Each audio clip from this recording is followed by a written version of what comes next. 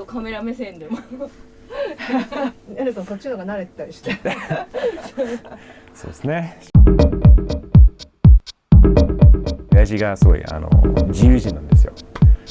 ヒッピーで本当にもう音楽大好きで、うちの地元のバーバンクシーが群馬県の太田市と交流があるんですよ。それがきっかけで日本に来ることになって、たった2週間で人生変わるわけねえだろって僕もよくわかんないですよ。自分の中ではそのフィットしたところがあったんだよね。最後の夜にさよならパーティーっていうのがあって、そのホストファミリーや出会った世話になった友達とか人たちにの前で感謝を伝えるために、もう日本がもう本当に好きになっちゃって、とりあえず日本語を喋りたくてしょうがなかったんですよね。戻って図書館とか本屋行って日本語のその初心者のための本を買ったりして、そのカタカナひらがなの練習する本とかをずっと授業の合間に勉強してました。で夜家に帰ったらもう日本のテレビドラマだったりバラエティ番組、日本の音楽、そればっかり見て聞いてて、エセ日本人だとよく言われてたんだよ、その学校で。お前おかしいよっていう、とりあえずもうキムタクの真似をしてたんですよ、ずっと。ちょ待ってよっていう、なんかもうそういうのばっかりやったんですよ何言ってるか分かんなくても、とりあえずセリフを全部そのまま、シャドーイングやってました。コンピューターサイエンスがすごく得意だったんですよ。大学3年4年ぐらいのレベルの授業を16歳から平気で取って平気でパスしてたので、コンピューターサイエンスだったんですけど、本当に1ヶ月2ヶ月で一生パソコンの前で仕事したくねえなと思って、なんかこれ楽しいと思えなくなったって。できるにせよお金になるにせよ、それは楽しくねえなって。あの時も喋れてたんですけど、なんかもうここまで来たからちょっとコンピューターサイエンス結構極めてたと同じぐらいの感じで日本語も極めたかったっていうのがあったかもしれないですね。UC バークレーの単位が取れる1年間留学みたいな感じだったんで、もう2年目の時に早速普通に日本人と同じ授業を受けたかったのに、なんか変な決まりがあって、もうネイティブじゃないと無理だよっていうふうに言われてて、で結局留学生の一番レベル高いクラスに入れられて、つまんなかったですね。テレビ朝日のストリートファイターズっていう、深夜の番組なんですけど、なんか10代の高校生とか大学生が路上ライブストリートで音楽やるっていうのをすごい好きな番組だったんですよ。日本ってこういうとこあるんだなと思って。アメリカはだいたいストリートパフォーマーっていうか路上ライブやる人はだいたいホームレスかそういうプロとしてお金稼ぐためだけど、日本はどっちかというと自分の宣伝とか技術を磨くためのものであって、でそれで日本に行ったら絶対やろうと思って、あの時ミスチルが大好きだったので、ミスターチルとかスピッツとか、なんかそういうのをカバーばっかり歌ってたんですよ。池袋のど真ん中に外人が「あるがまま」って歌ってたら、もうみんな目がフォーン、何これっていう。その時にその事務所の他の女性ボーカルと組まされたって2人組で、僕はギターで彼女が歌うみたいな慶応に通いながらやってたんですけど、で実はねメジャーデビューも一応決まりそうになってたんですけど、結局ビザが下りなくて、神様が俺に「お前は音楽じゃないよ」って言われてるような気がしたんだよね。おじいちゃんおばあちゃんお母さんお父さんいとこみんなの中で唯一大学行けたのが僕しかいない。しかも UC バークレーっていう、いわばアメリカの東大に近いような公立1位のところにいきなり入ってしまって、ものすごい期待感。もうおばあちゃんがじゃあ君は卒業してから3年後家買ってくれるよねっていう反対されてたし、結局うまくいかなかったし、じゃあ大学戻って普通の仕事しよう。日本人の先輩の誕生日会があったんですよ。その誕生日会に、チョンネルのスナップの曲歌ってくれよっていう、スナップのオレンジっていう曲を歌ってって言われて、スナッププか OK 分かった。それで家で練習してたんですよ。でその練習をそのちゃんと歌えてるのかっていうのをなんか安いデジカメで撮ったんですよ、自分を。で歌ってはいチェックして、その見た瞬間でこれ面白いわと、外人が流暢な日本語でスマップ歌ってるぜと思って、それが思いのほか爆発的に人気になってしまって、ほんと1週間するかしないかぐらいでものすごいメールが来るようになって、なんか日本人の、ファンっていうか皆さんすげえすげえみたいな、普通の楽しみとしてやってただけなのに、いきなりなんかこれ歌ってこれ歌ってこれ歌ってっていう。で YouTube はちょうど流行りだした頃だったと思うんですよね。それみんながちょっとYouTube って何っていう注目されてて、でその時に僕のアカウント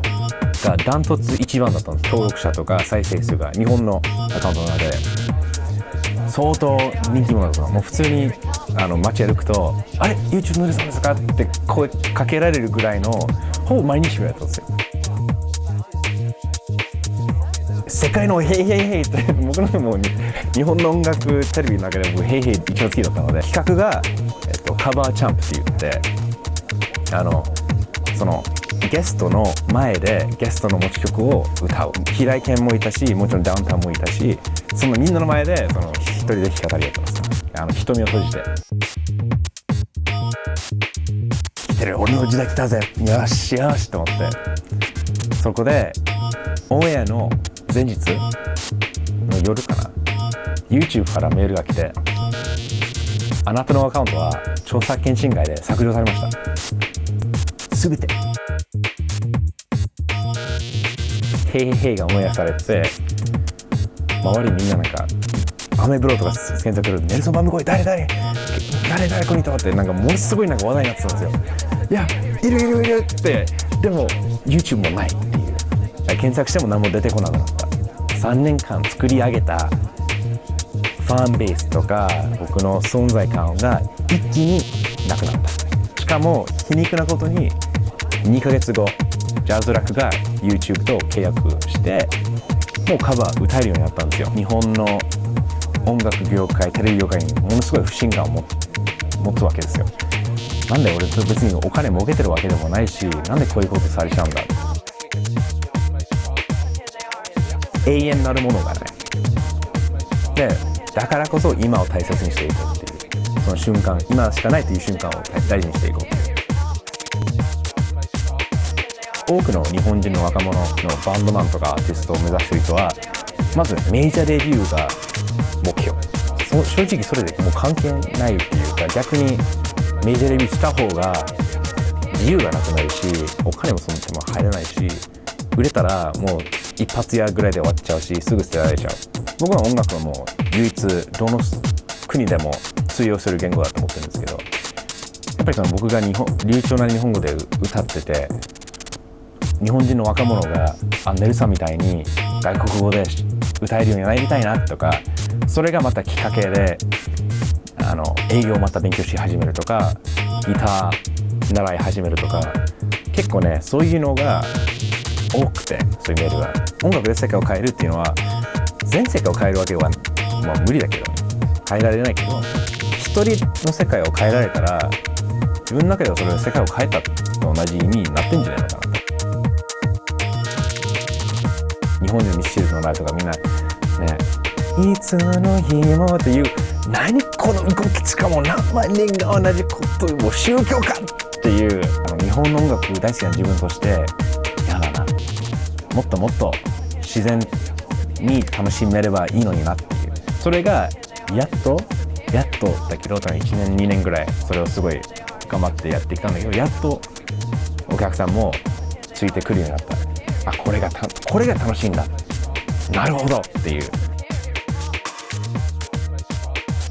面白くてしょうがないです。期待してなかったんですよ。普通のロードライブの方がいいんじゃないかなと思って、ベースアンプを背負って、その電池式で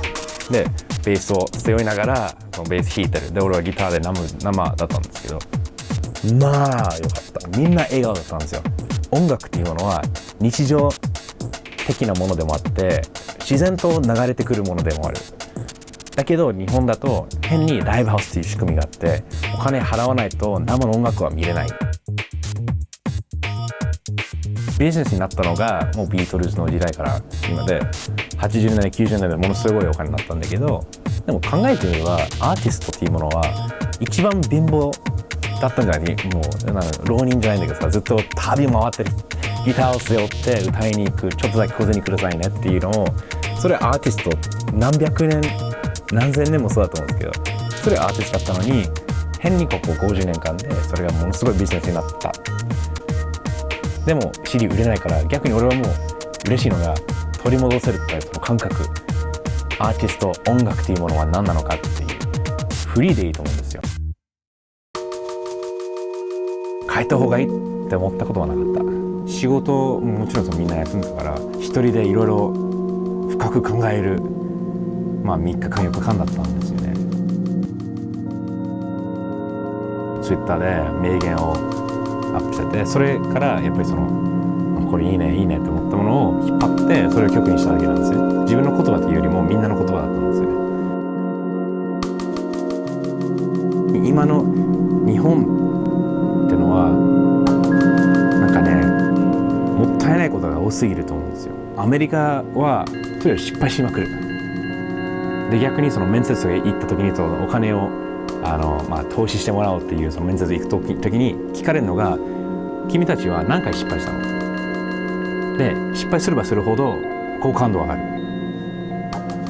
真逆じゃん日本と。アラブもそうだったしエジプトもそうだったし、その Facebook とか Twitter を有効に使ってもう完全に変えたじゃんその社会を。こんなにワクワクする時代はないと思うんですよ。世界中でそういうターニングポイントなんですよね。その一般の人たちに力が戻ってくる。それが本当に日本だけがまだその多分ね見えてない人が多すぎる。外国人として見ててこれは本当に怖い。日本大好きな自分として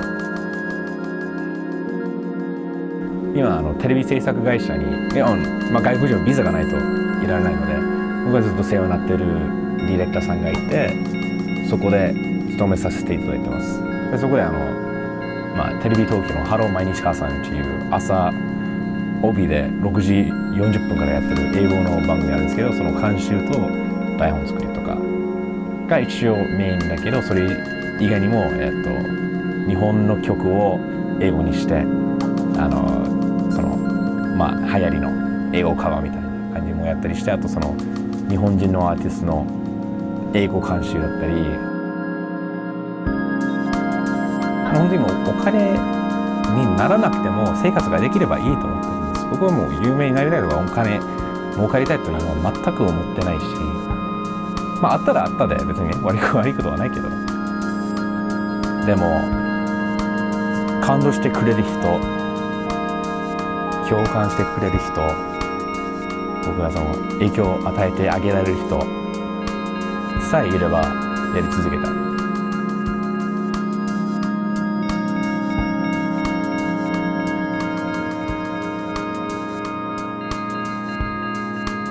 一つの夢は来年再来年に実現させたいなと思ってるのがライブハウス、ライブバーを作る。